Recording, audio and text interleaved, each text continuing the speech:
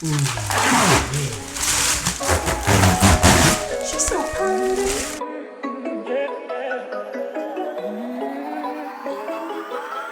What's going on, everybody? This is Jay Wilson, and today we are going to be going over some things with the Aquaforest Ocean Guard Aquarium series. Now, if you haven't watched the other video, it's right here. And that video is gonna give you the overview on how we received it, what it was like, and our initial thoughts. But now this bad boy is sitting right here in my brand new office.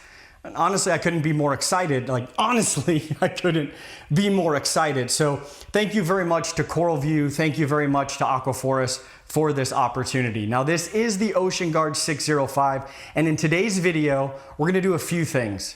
I'm gonna finally talk about the build quality on this bad boy. Like, overall, I've moved it twice. I've set it in place. We're gonna talk about the leveling stands, and then we're gonna scape it. So this is the first time I've ever aquascaped a saltwater aquarium this size. Now, I'm scratching my head because most saltwater folks don't scape. They're like, no, just place the rocks, bruh. The coral will grow, the bacteria will happen, and the bristle worms will arise. No, seriously, I'm a freshwater scrub, and y'all are too salty for this. So I'm gonna show you how I do it, and well, if you find it useful, leave a comment and tell me what you thought was useful about that, or what you would have did differently. Well, let's jump into this bad boy and let's talk about some build quality, leveling, and let's scape the living bejeez out of this thing. I'm super pumped. I really am. And now it's time to scape this bad boy. We purchased some Coralcrete from Prestige Worldwide, and then shout out to Caribsea for hooking it up with this amazing rock. Now let's get into making this thing an aquarium.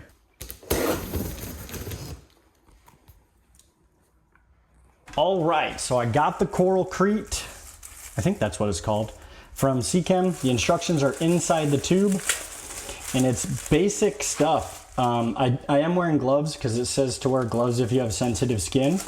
I don't have sensitive skin, but I have a sensitive heart, so that's why I'm wearing these. This is going to be extremely exciting. My favorite part of this is actually scaping. So let's get it popping. We're gonna place some first rocks in here. I've got an assistant off camera. She will not be viewed. It's massive. It might even block the camera forever. Very fast. She doesn't want to be seen in her Ninja Turtle pajamas that she's wearing. Literally, she's wearing Ninja Turtle pajamas. Okay, so I'm approaching this, well, both of us, Wendy and I, are approaching this as if we would aquascape a freshwater tank and how we would want to see it. But then what comes into play as a first-time saltwater aquarium enthusiast is we have to realize that we're going to be placing a lot of coral all over the place, and we want places for fish to hide, swim, the cleanup crew to be able to burrow and do its thing. So I like that piece there. Agree? Agreed. Agree to agree. All right, next base piece. I think they're called shelves from Caribsea. I'm not quite sure, but...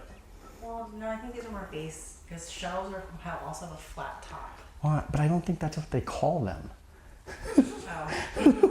I think of a shelf as a flat shelf, like square, and then that's like a base. Ooh, look at how pretty it looks just sitting right here.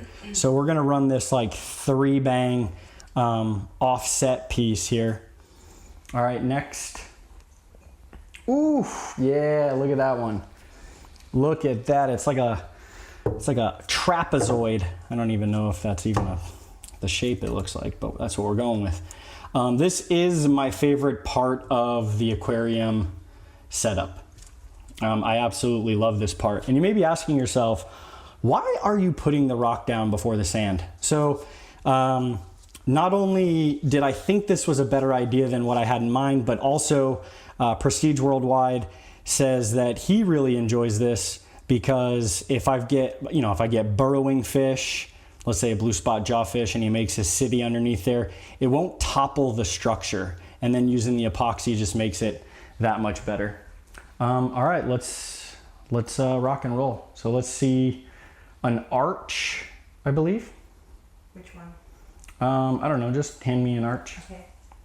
this one. Yeah, girl. All right. So let's see how she looks, where she's gonna sit. And then we will epoxy. I don't know if I like this one right here. What if we did it? Ooh, that one looks better right there. And it sat better there. Yep, I think. Agree? Agree. Agree, okay. So we're gonna epoxy this bad boy. And, oh gosh, oh man, this stuff's gonna be messy. It says to cut it. It does stink like your dog just got sprayed by a skunk, which he did. So I'm gonna take a little nugget. Ooh, yeah, it's like cutting dough. And then it says knead it, and it works within 5 minutes. So, yeah, I'm not gonna talk any longer. I'm just gonna place rocks and speed this bad boy up so that you can enjoy the epicness that is scaping an aquarium. Oh my goodness, this stuff stinks. All right, speed it up.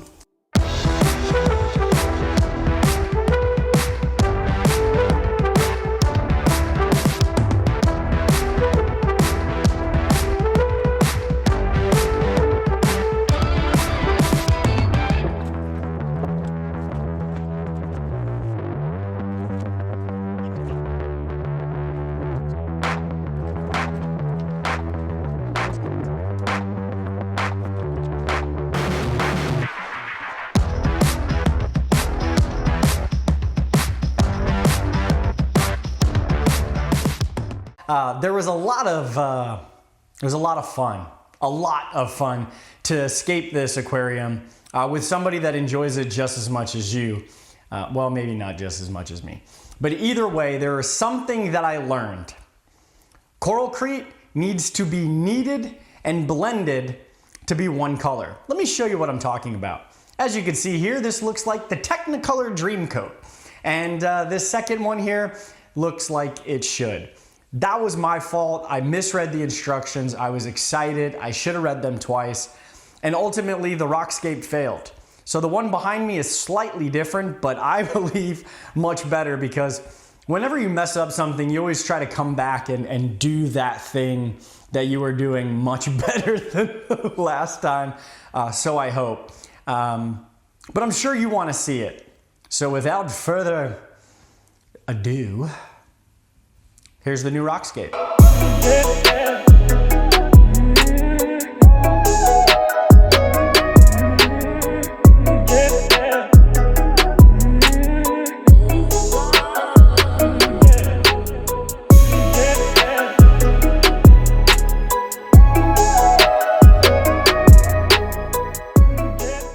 Okay, now that you saw the new Rockscape,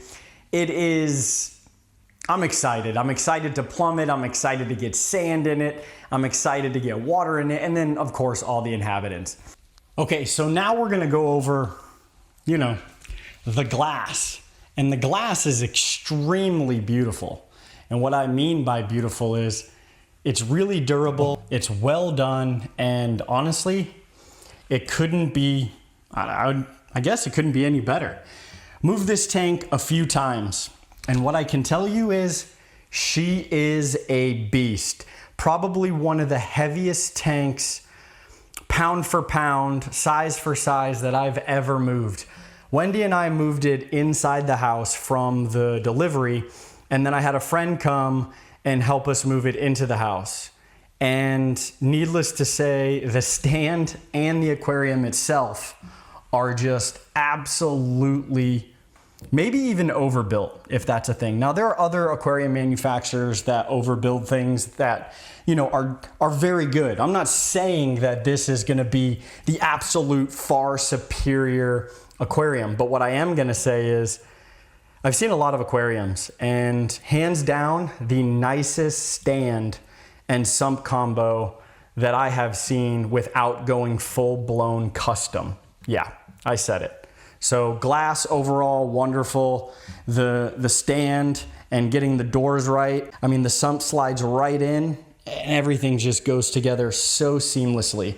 Okay, so the leveling of this wasn't very hard. There are built-in leveling feet. I'm trying to get as low as possible. This door is slightly open, but I had to use some shims based on the new floor, but it was very, very intuitive to get done, right? But first off, I'd like to thank CoralView for allowing us to have this Ocean Guard 605 and Aquaforest for partnering together with CoralView as this really cool distributorship, friendship thing that they got going on, or whatever it is.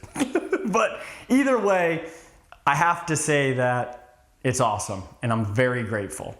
And the next video, we're gonna be going over setting up the plumbing, which for somebody that's just starting out, like you, like me, you might wanna watch that video. And then we're gonna add the sand and we're going to add the water. And we're gonna talk about why we did all of these things in their own specific steps.